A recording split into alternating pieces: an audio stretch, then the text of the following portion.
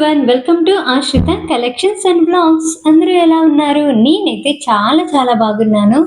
మీరు కూడా బాగుండాలని కోరుకుంటున్నాను. ఈరోజు మన వీడియోలో ఒక మంచి హెల్తీ స్నాక్స్ రెసిపీ ఒకటి చూపిస్తాను. అదైతే నేనేదో కొత్తగా ట్రై చేసింది కాదులేండి, మన అమ్మమ్మల కాలం నుంచి ఉన్నదే మినప గట్టిగారెలు. ఇవి చేయడం చాలా సులువు, టేస్ట్ మాత్రం వేరే లెవెల్ ఉంటుంది. అలాగే ఇవి నెల రోజుల పాటు కూడా చక్కగా నిల్వుంటాయండి, పాడైపోకుండా. ఇంకా ఆలస్యం ఎందుకు, ప్రాసెస్లోకి వెళ్ళిపోదాం.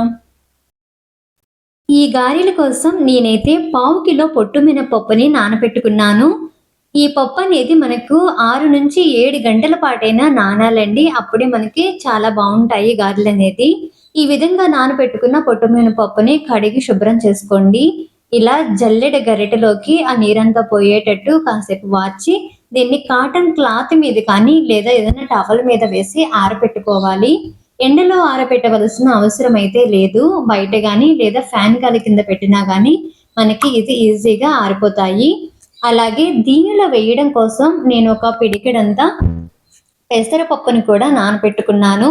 మీకు గ్రాముల్లో కొలతగా చెప్పాలంటే మినపప్పు ఏమో 250 గ్రామ్స్ తీసుకున్నాను. అలాగే ఈ పెసరపప్పు ఒక 50 గ్రామ్స్ వరకు ఉండొచ్చు, నేను సుమారుగా చెప్తున్నాను. దీనిని కూడా మనం శుభ్రంగా కడిగి మినపప్పుని ఎలా అయితే ఆరబెట్టామో దీనిని కూడా అలాగే వాటర్ పోవడం కోసం ఆరబెట్టుకోవాలి. చాలా మంది ఈ గారెల్లోకి శనగపప్పును వేస్తూ ఉంటారు. శనగపప్పు కంటే కూడా పెసరపప్పుతో ట్రై చేయండి, గారెలు చాలా టేస్టీగా ఉంటాయి. ఈ మినపప్పు పెసరపప్పు కాంబినేషన్ చాలా బాగుంటుంది.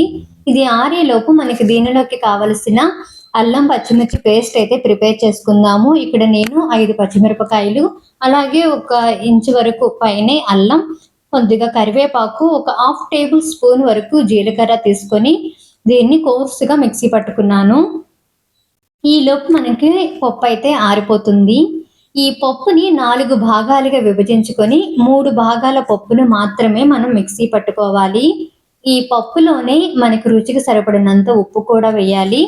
నీళ్ళైతే అస్సలు పొయ్యొద్దండి, ఒక చుక్క నీరు కూడా పొయ్యకుండా వీలైనంత మెత్తగా ఈ పిండిని అయితే మనం మిక్సీ పట్టుకోవాలి. ఈ విధంగా మిక్సీ పట్టుకున్న ఈ పిండిలోకి మనం పక్కన పెట్టుకున్న 1 వంతు మినపప్పు, అలాగే పెసరపప్పును కూడా దీంట్లోకి వేసి పేస్ట్ చేసి పెట్టుకున్న అల్లం పచ్చిమిర్చి పేస్ట్ని కూడా ఇందులోకి వేసి బాగా కలుపుకోవాలి. ఒకసారి పిండిని టేస్ట్ చేసి ఉప్పు సరిపోకపోతే కనుక ఇప్పుడే మనం సరిపడినంత సాల్ట్ కూడా దీంట్లోకి యాడ్ చేయాలి. ఇదైతే బాగా కలవాలి. పిండి గట్టిగా ఉందని చెప్పి నీళ్లు మాత్రం పోయొద్దు. పిండి ఎంత గట్టిగా ఉంటే మనం చేసుకునే గారెలు అంత క్రిస్పీగా వస్తాయి, అలాగే అంత ఎక్కువ కాలం నిల్వ కూడా ఉంటాయి. బాగా కలిపి ఈ పిండిని అయితే పక్కన పెట్టుకోండి. ఈలోపు కడాయిలో డీప్ ఫ్రైకి సరిపడినంత ఆయిల్ అయితే పోసుకొని ఆయిల్ అయితే వేడి చేసుకోవాలి. ఆయిల్ అనేది మరీ ఎక్కువ వేడి అవసరం లేదండి. ఈ ఫ్లేమ్ని కూడా మనం లో ఫ్లేమ్లోకి అడ్జస్ట్ చేసి ఈ గారెలు అనేది వేసుకోవాలి. అలాగే ఈ గారెలు చాలా అంటే చాలా తక్కువ నూనె పీలుస్తాయి, ఎక్కువ నూనె కూడా వీటికి అవసరం ఉండదు. ఇక ఈ మిశ్రమాన్ని మనం కొద్ది కొద్ది ఉండలు చేసుకొని వీలైనంత పలచగా ఈ గారెలు అనేవి మనం ప్రిపేర్ చేసుకోవాలి. ఎంత పలచగా చేసుకుంటే అంత క్రిస్పీగా ఉంటాయి. నేను గారెలు అనేవి ఒక చిన్న ట్రిక్ యూజ్ చేసి దాన్ని అయితే ప్రిపేర్ చేసుకున్నాను. దానికి సంబంధించిన వీడియో మొక్కజొన్న తీపి గారెల్లో అయితే ఉంది, కావలసిన వాళ్ళు చూడండి. మీరైతే ఏదైనా కాటన్ క్లాత్ మీద చక్కగా వీటిని పలచగా చేసుకోండి. విలేజ్లో చాలా మంది దగ్గర ఇవి చేయడానికి ప్రత్యేకంగా ఒక చెక్క ఉంటుంది, దాంట్లో చేస్తే కనుక మంచి షేప్ వస్తాయి. మనం కాటన్ క్లాత్ మీదైనా చక్కగా రౌండ్గా చేసుకుంటే మంచి షేప్ వస్తుంది. మీకు ఇష్టం ఉంటే హోల్ పెట్టుకోండి, లేకపోతే స్పూన్తో ఒక చిన్న ఘాటు పెట్టుకున్నా కానీ మనకు సరిపోతుంది. ఇది గారంతా కూడా చక్కగా వేగి మనకి మంచి క్రిస్పీగా ఉంటుంది. ఫ్లేమ్ని చక్కగా లోలో పెట్టుకొని వీటిని అయితే మనం ఫ్రై చేసుకోవాలి. మంచి డార్క్ అండ్ గోల్డెన్ కలర్ వచ్చినప్పుడు మాత్రమే వీటిని తీసేయాలి. చూసారు కదా, నా గారెలు వేయడం అయితే అయిపోయింది. ఇలాగే మిగిలిన పిండి అంతా వేసుకోండి. ఫైనల్గా నా గట్టి గారెలు, మినప గట్టి గారెలు అయితే రెడీ అయిపోయాయి. ఎంత క్రంచీగా ఉన్నాయో అసలు ఒక వేలుతో మనం ఇలా అన్నా గానీ అలా బ్రేక్ అయిపోతున్నాయి. అంత క్రిస్పీగా వచ్చాయి.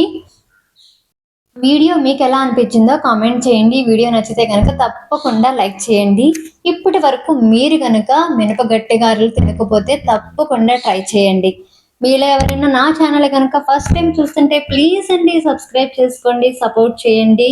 మీ సబ్స్క్రిప్షన్ అనేది నాకు చాలా అంటే చాలా అవసరం.